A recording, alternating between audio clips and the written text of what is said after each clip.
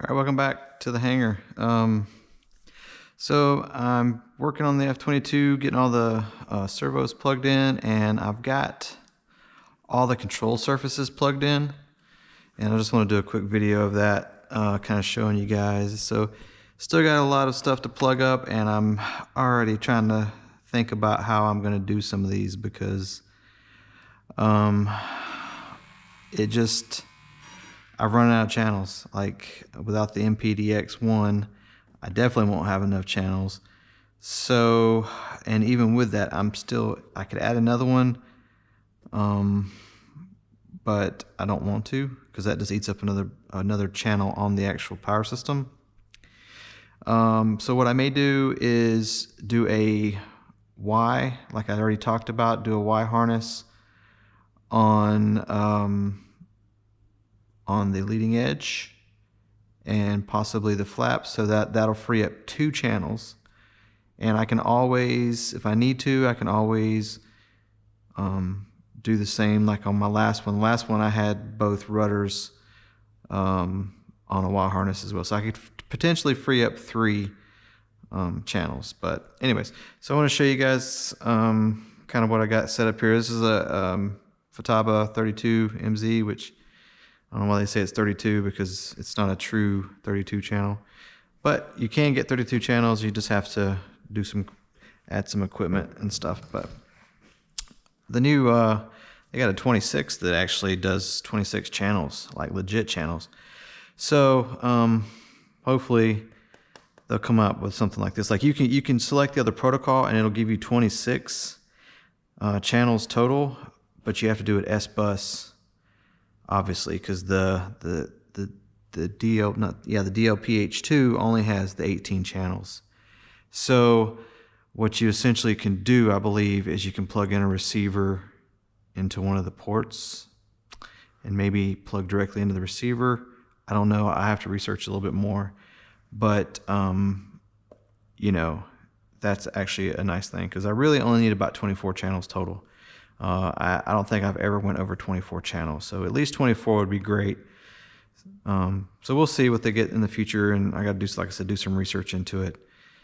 This is about this jet has more than any of my others. You know, even the SU-27 doesn't have this many. But so I was just doing a little quick video to show you guys kind of the control surfaces here. I still have to do some mixing for this. So I got my elevators. Ooh. And I got the thrust vectoring turned on. So, and I can't remember if it actually splits for the roll, but that's just a mixing in the radio because they have their own channel. So there's up, there's down, and then ailerons, left, right, right, and then rudders, left, some flaps. I gotta adjust them a little bit because it's more throw than I need, I think. So there's kind of like a takeoff and then full for landing. Same for leading edge. And then the nose steering is active as well. I don't have the canopy or the bay doors or anything like that plugged in yet. But that's what I got to work on now. So essentially the only thing I have left to plug in are the canopy. So it's a linear actuator here. That's probably going to go into because the problem is the way I do this is I put it on a 3-position switch and I adjust the travel on this one. So when I go from up to middle, the canopy closes. And then when I flip the 3rd position, the canopy doesn't move, obviously, and then the locked cylinder goes out, which is another another one of these with a needle on it that pushes into the front of this canopy and locks it. So I'm hoping that's the problem because you don't really get. I say that, but I got to make sure. But when you use the DLPH or the MPDX, I don't know if you get. There's a way to, in the radio or on this, to adjust it like that via the switch. And if I use the two basically virtual ports, which is 17 and 18. They're just a switch on, switch off. So I'm going to use it for something like, I just realized I'm already out of a, I'm going to have to Y those because I don't have a spare channel for my receiver or my gyro gain or on and off kind of thing. So I'll go back and do that. That's just an easy wire harness, but just want to do a quick video for you guys, kind of show you what you got.